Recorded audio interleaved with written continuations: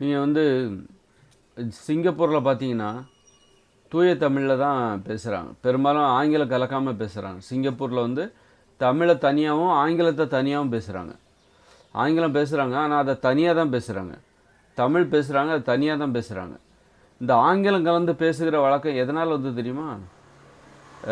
தாழ்வு மனப்பான்மையால் வந்தது. இந்த ஆங்கில மொழியை கலக்கிறாங்க பாருங்கள். தனது மொழியை தாழ்வாக நினைக்கும் போது தான் நீ ஆங்கிலத்தை தமிழ் மொழியோட கலக்கிற. எப்படியாவது ஆங்கிலம் பேசிடணும், தன் மொழியை இழந்தாவது எனக்கு தமிழ் பேசுகிறது பிடிக்காமல் ஆங்கிலம் பேசணும்னு நினைக்கிறது. தன் மொழியை நேசிச்சுக்கிட்டு இன்னொரு மொழியை கற்றுக்கிறதுங்கிறது ஒரு வகையானது. அவங்க தான் வந்து தன் மொழி மேலே ஒரு பற்று இருக்கணும், ஒரு பாசம் இருக்கணும். அந்த பற்று உடையவங்க இன்னொரு மொழியை தனது மொழியில் கலக்க விட மாட்டாங்க. அந்த மொழியாக தான் நீ பேசு. ஹிந்தி தெரிஞ்சால் இந்தியை தனியாக பேசு, தமிழ் தெரிஞ்சால் தமிழை தனியாக பேசு. ஒருத்தருக்கு 4 மொழி தெரியும் அப்படின்னா 4 மொழியும் கலந்துருவாரா? ஆனால் கலக்கணுங்கிறதே ஒரு வகையான, அது என்னது, தாழ்வு மனப்பான்மை. நீ உன் மொழியை தாழ்வாக நினைக்கிற, ஆங்கிலத்தை உயர்வாக நினைக்கிற. அதனால் உன்னுடைய மொழியை நீ பாதுகாக்கணுங்கிற அக்கறையே இல்லை. அதனால் என்ன பண்ணுற, ஆங்கிலத்தையும் தமிழையும் கலந்துடுற. நீ உன் மொழியின் பாதுகாவலராக அந்த மொழியை பேசுகிற மக்கள் தான் இருக்கணும். என் மொழியின் பாதுகாவலர் நான் தான். நான் ஒரு இராணுவ வீரன், எனது மொழியை பாதுகாக்கின்ற இராணுவ வீரன் நான். அப்போ நான் வந்து இன்னொரு மொழியை என் மொழியில் கலந்துடக்கூடாது. அப்போ நான் ஒரு காவலனாக என்னை உணர முடியும். நான் ஒரு காவலன், ஒரு பற்று, என் மொழியை நான் பாதுகாக்கணும், இது என்னுடைய மொழி அப்படின்னு அந்த உணர்வு இருக்கணும். அப்படிலாம் இல்லாமல் நீ உன் மொழியை தாழ்வாக நினைக்கும் போது, ஆங்கிலத்தை உயர்வாக நினைக்கும் போது, ஆங்கிலத்தில் பேசணும், எப்படியாவது ஆங்கிலத்தில் பேசணும், அதற்கான முயற்சி செஞ்சுக்கிட்டே இருக்கணும். நிறைய ஆங்கிலம் கலந்து தமிழ் பேசு. அப்போ தான் என்றைக்காவது ஒரு நாள் உனக்கு அந்த கலந்து பேசும்போது ஆங்கிலம் அதிகரித்து கொண்டே போகும், தமிழ் சுருங்கிக்கிட்டே போகும். ஒரு கட்டத்தில் நீ ஆங்கிலம் பேச ஆரம்பித்து விடுவாய். தமிழே பேசாமல் போயிடுவேன். அப்பாடா அந்த தமிழை விட்டா சரி அப்படிங்கிற அந்த தாழ்வு மனப்பான்மை தன்னை தாழ்வாக நினைக்கிறது.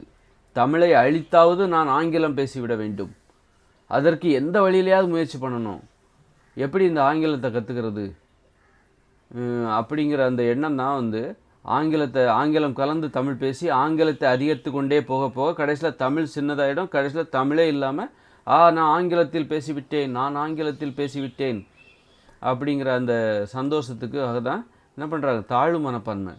தமிழை தாழ்வாக நினைக்கிறது, தமிழில் பேசுகிறத தாழ்வாக நினைக்கிறது.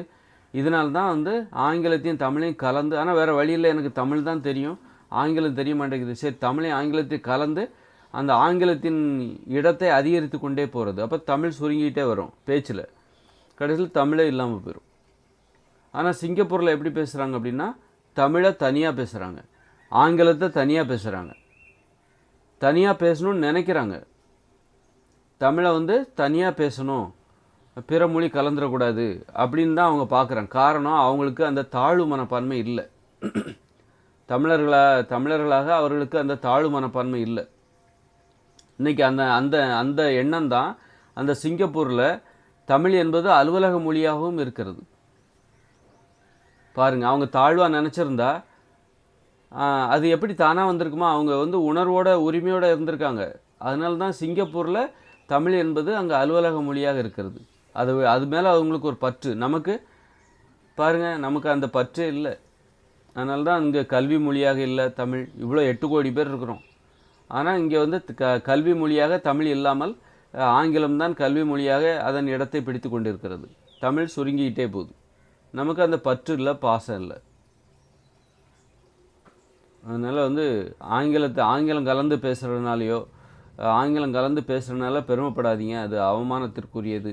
நீங்கள் உங்களையே தாழ்வாக நினைக்கிறீங்க அப்படின்னா, தமிழை தாழ்வாக நினைக்கல, தமிழை தாய்மொழியாக கொண்ட உங்களையும் தான் நீங்கள் தாழ்வாக நினைக்கிற. மொழி தான் என்னுடைய முகவரி, அடையாளம்.